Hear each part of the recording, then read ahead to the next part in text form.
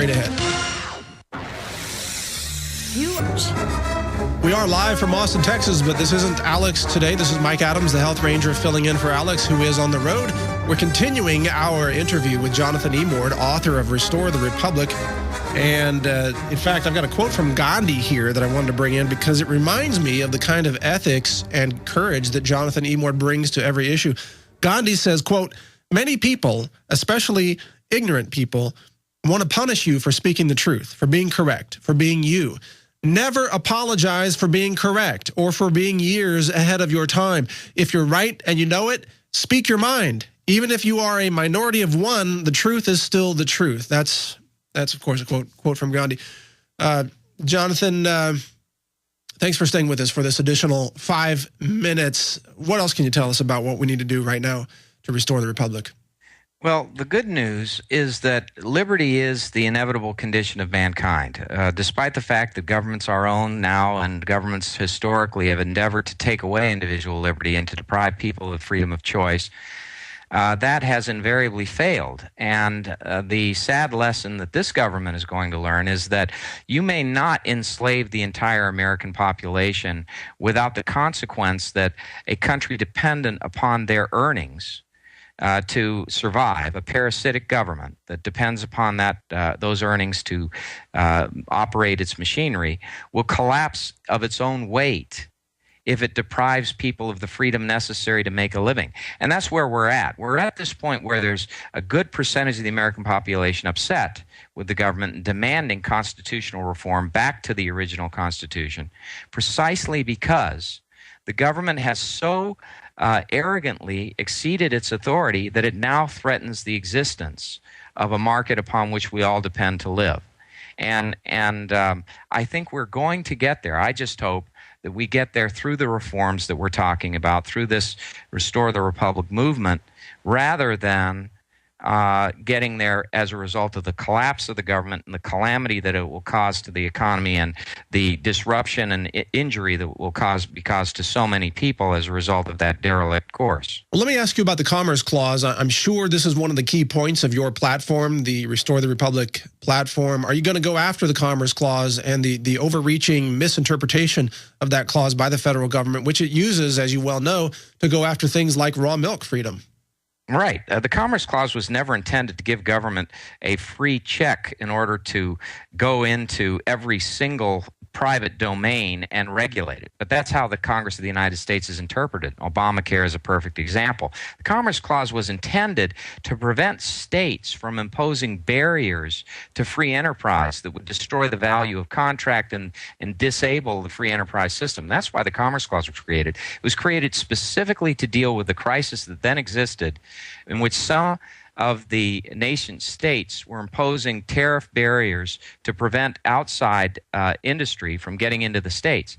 It was never intended to give the federal government a power to take over all the operation of the states and to transform the individual into a servant of the federal government, doing the government's bidding on public policy. This Obamacare is an unprecedented expansion of the government that will enable the federal government to impose individual mandates outside of this area with impunity, compelling people to buy electric cars or do whatever the government wants in order to pursue some federal objective. It is the ultimate in the deprivation of individual liberty and property. They could come along and order you to buy vaccines, whether you need them or not. They could order you to buy, you mentioned electric cars, they could order you to buy pesticides or GMOs. I mean, they could just demand it of every. And we're talking about a command economy, top-down, communist-style, centralized economy. That's what Obamacare really represents. Right. The essence of the Obama administration is that it's distrust. 20 seconds. It's distrust of the American people. And we have to restore individual sovereignty in order for this nation to be great again. All right. Thank you, Jonathan, for joining us today. I really appreciate your time and your effort, your courage as an American. Thank you very much. Thank you so much, Mike.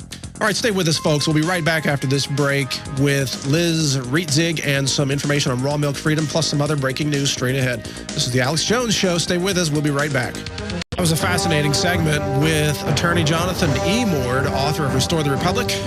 And I really want to encourage all Infowars listeners to check out his website, emord.com. That's E-M-O-R-D.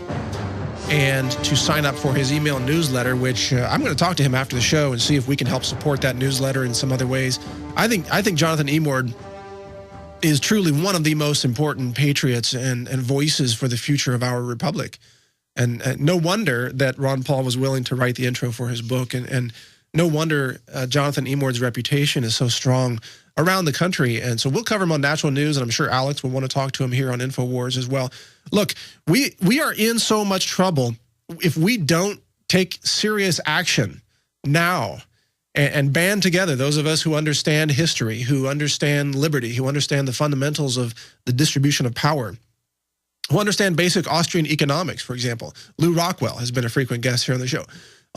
If those of us who understand these concepts don't band together and really take action, we will lose this country. We will lose this republic. We will end up as a total enslavement, FEMA camp, maybe, as Max Kaiser says, cranking up the incinerators and having trains of people in the incinerator camps. I mean, Nazi-style Holocaust. I'm not saying that, I don't want to paint a doomsday picture, but that has happened in history. And it happened using the exact same processes that we are going through right now, the disarmament, and then the grabbing of federal power, and then the enslavement of the people. Holocaust is the natural step that happens right after that. So we want to prevent that. We want peace. We want health. We want abundance. We want entrepreneurship. We want a strong, healthy economy. And that's why we've got to band together on this. Now, we're going to be joined here in this segment by Liz Reitzig. She is, of course, one of the most prominent voices in the raw milk and food freedom industries or realms. And she's got a very important announcement for us today that I want to get behind and help spread the word on. There's a rally happening this Friday. She will give you the details on that. Let's bring her on right now for that news. Liz, are you with us? Hi, Mike. Here I am. Hi there, Liz. Great to have you on the Alex Jones Show. Tell us about this rally. Well, thanks so much for having me on. And yeah, just a little bit about the rally on Friday. It's in support of farmer Vernon Hirschberger, and he is a Wisconsin dairy farmer who has been targeted by the state. It's the Department of Agriculture, Trade, and Consumer Protection.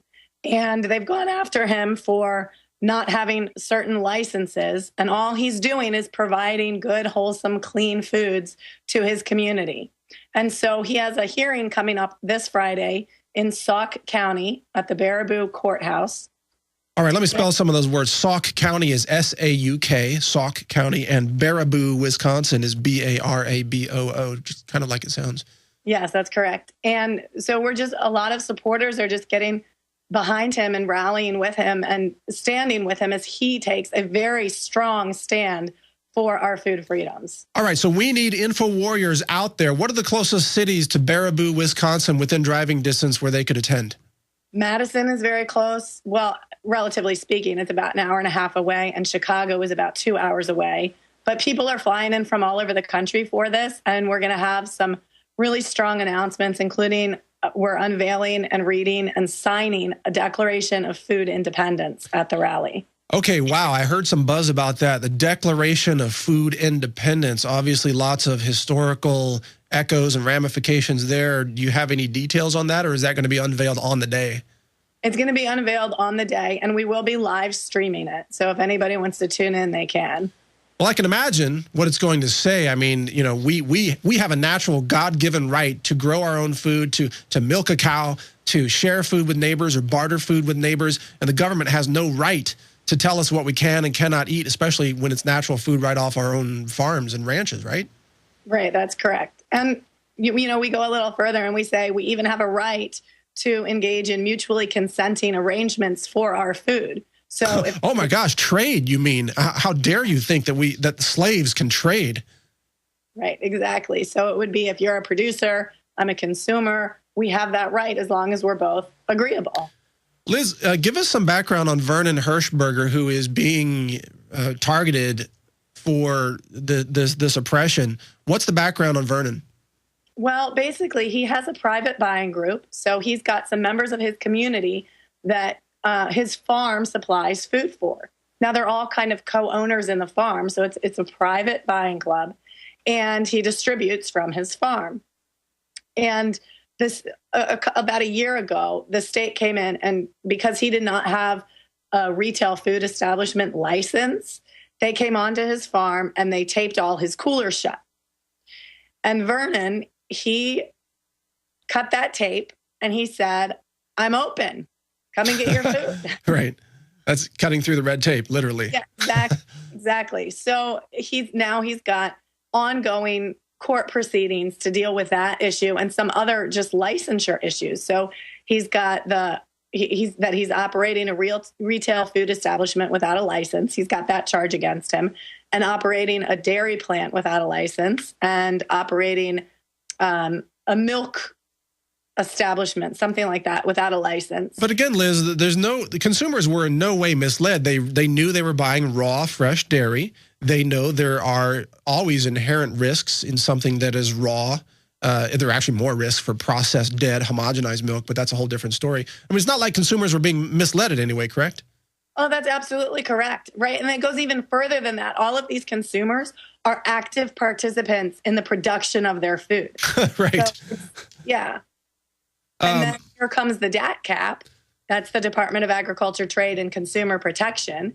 And they're telling people they can't have their own food. So there's a new story posted today. I think this is on Infowars as well. Harvard study, pasteurized milk from industrial dairies has been linked to cancer. Scientific evidence shows that, again, conventional pasteurized milk contains up to 33 times more estrone sulfate, which causes cancer. How come they don't talk about the dangers of pasteurized milk? They always talk about the dangers of raw or fresh milk as if that's like Al-Qaeda milk or something. It's terrorism to drink fresh milk. Right. And the fresh milk, it just every once in a while spontaneously explodes. So yeah, right. Little milk bombs. Be careful of it. But seriously, though, there's more and more information coming out just about pasteurized milk and what's in it and why it is a problem. And, the CDC information lists pasteurized milk and it lists the illnesses and outbreaks that occur with it. And that it's one of the most allergenic foods in America. Okay, Liz, let's get some websites out to people who want to participate in this event. Where do they go to get information? They can go to rawmilkfreedomriders.com. Okay, rawmilkfreedomriders.com. See if you can bring that up, guys. Is there any other website? The Farm Food Freedom Coalition, which is farmfoodfreedom.org. That's the sponsoring organization. All right. And then, of course, the Weston A. Price Foundation, which is westonaprice.org. Great. And that's a really good resource for nutritional information, including benefits of real milk. Now, this has been going on for quite a long time in America now, where the government is bringing guns to these food operations like we saw with the Rawsome food raids, and the government is destroying the food, and the government is intimidating farmers and destroying picnics and making them destroy their food, and they've gone after Vernon Hershberger here, and they've arrested the Amish farmers. How long do you think this is going to continue to go on before the American people say enough is enough? We're not putting up with this anymore. We're going to fight back or sue the government or something. Well, I sincerely hope it's not much longer. My farmer that I relied on for a lot of my food, he just got shut down by the FDA. And it's devastating. It's horribly upsetting. And I hope that with the consequences like that, people begin to stand up and say enough is enough and we must do something. And it's not going to be just farmers, because there just are not enough farmers left in this country for just their voices to be loud enough. So it has to be consumers, even consumers who aren't dedicated to choosing farm fresh foods. Maybe they just want to eat cereal and soda all day long, but they still want to eat what they want to eat, not what a small subsegment of the population tells them they can eat. Well, there's even more to it than that. Do you realize this, listeners, that they're trying to literally kill you? They don't want you to eat farm fresh food, so they're going to outlaw all of that and call you a criminal and call you a terrorist if you engage in trading fresh milk. But what you're supposed to eat is the GMO.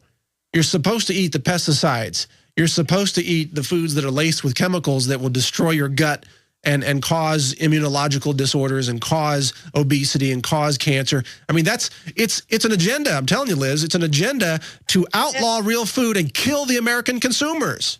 It is. It's upside down and backwards. And I have 5 small children, and I can feed them fast food